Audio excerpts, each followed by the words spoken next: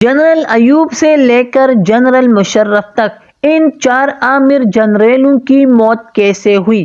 وہ کون سے آرمی چیف تھے جس کی نماز جنازہ میں کوئی بندہ نہیں تھا اور ان کی قبر کودنے کے لیے کوئی راضی نہ تھا؟ یہ سب کچھ اس ویڈیو میں ہم آپ کو بتائیں گے۔ پاکستان کے پہلے فوجی صدر اور martial law administrator general Ayub Khan تھے۔ جنرل ایوب کے خلاف 1968 میں مظاہرے شروع ہوئی تو انہوں نے استعفیٰ دے کر گمنامی کی زندگی گزارنے لگے۔ آخر کار 20 اپریل 1974 کو ایوب نے خبریں سنی، لیکن کچھ دیر بعد مالک نے جب دروازہ کھولا تو وہ فوت ہو چکا تھا۔ ان کے بیٹے گوہر ایوب کے مطابق پی ٹی وی پر صرف یہ خبر نشر ہوئی کہ پاکستان کا سابق صدر انتقال کر گیا ہے۔ بٹو جنرل ایوب کو پیار کی وجہ سے ڈیڈی پکارتے تھے، لیکن پی ٹی وی پر ان کا نام لینے سے بھی منع کیا۔ ان کی نمازی جنازہ میں صرف اپنے رشتہ دار موجود تھے اور یوں جنرل ایوب کی بڑی سلطنت کا خاتمہ ہوا۔ پاکستان کے دوسرے بڑے فوجی آمر جنرل یحییٰ خان تھے۔ جنرل یحییٰ خان سقوط ڈھاکہ کا ذمہ دار بھی ہے۔ ذوالفقار بھٹو نے سقوط ڈھاکہ اور 93,000 قیدی فوجیوں کا ملبہ جنرل یحییٰ پر چھوڑا۔ انہوں نے سقوط ڈھاکہ کے بعد 1971 میں استعفیٰ دے کر ذوالفقار بھٹو کو وزیر اعظم بنایا، جبکہ بھٹو نے انہیں نظر بند کیا۔ آخری ایام میں وہ بیماریوں سے لڑتے رہے اور وہ خود ہلا نہیں سکتے تھے۔ صدر یحییٰ کی آنکھیں پسائی ہوئی تھی، بولنے اور سوچنے کی صلاحیت کھو چکے تھے۔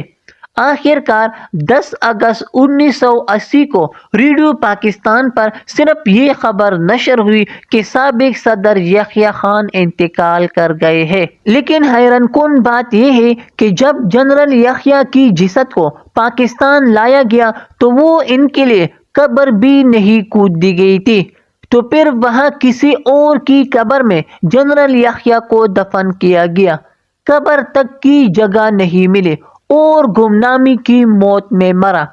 شاید کسی کو معلوم تک نہ ہو کہ صدر یحییٰ پشاور میں دفن ہے۔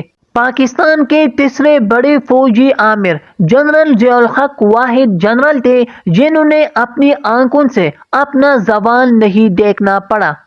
3 محرم 17 اگست 1988 جنرل ضیاء الحق بڑے شور و غور سے حکومت کر رہے تھے۔ 17 اگست 1988 کو اپنے ساتھیوں سمیت امریکی سفیر کے ہمراہ ایک فوجی پریڈ دیکھنے کے لیے C-130 طیارے میں روانہ ہوئی اور 4:30 پر طیارہ کریش گیا۔ پی ٹی وی پر خبر نشر ہوئی کہ آرمی چیف اور صدر پاکستان جنرل ضیاء الحق کا طیارہ تباہ ہو گیا ہے۔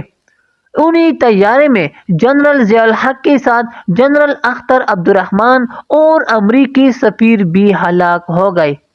19 اگست کو ان کا جسد فیصل مسجد تک پہنچایا گیا۔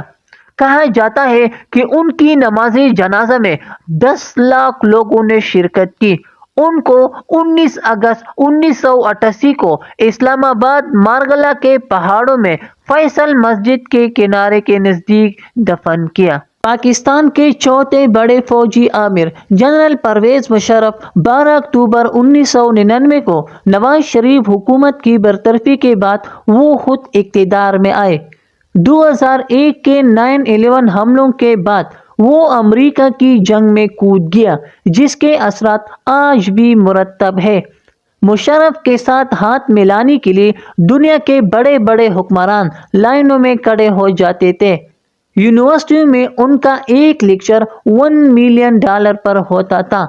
پاور چھوڑنے کے بعد اس پر سنگین اور آئین توڑنے کے الزامات لگائے گئے اور حتیٰ کہ عمران خان کی حکومت میں آپ پر پھانسی کی سزا بھی سنائی گئی۔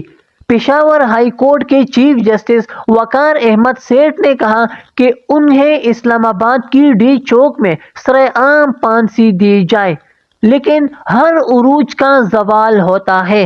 2018 کے بعد جنرل مشرف کے جسم میں بیماری پگھلنا شروع ہو چکے تھے۔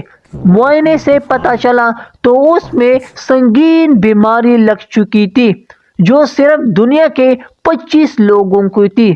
دبئی ڈاکٹر کو بیماری سمجھ نہ آتی تو پھر انہوں نے اس رپورٹ کو لندن بھیجا گیا، مگر ان کو بھی سمجھ نہ آئی، جبکہ امریکہ نے انہیں ویزا دینے سے بھی انکار کیا۔ جب ان کا رپورٹ امریکہ بھیجا گیا تو پتہ چلا کہ ان کو ایک نیا بیماری لاحق ہے جس کی علاج ابھی دریافت نہیں ہوا ہے۔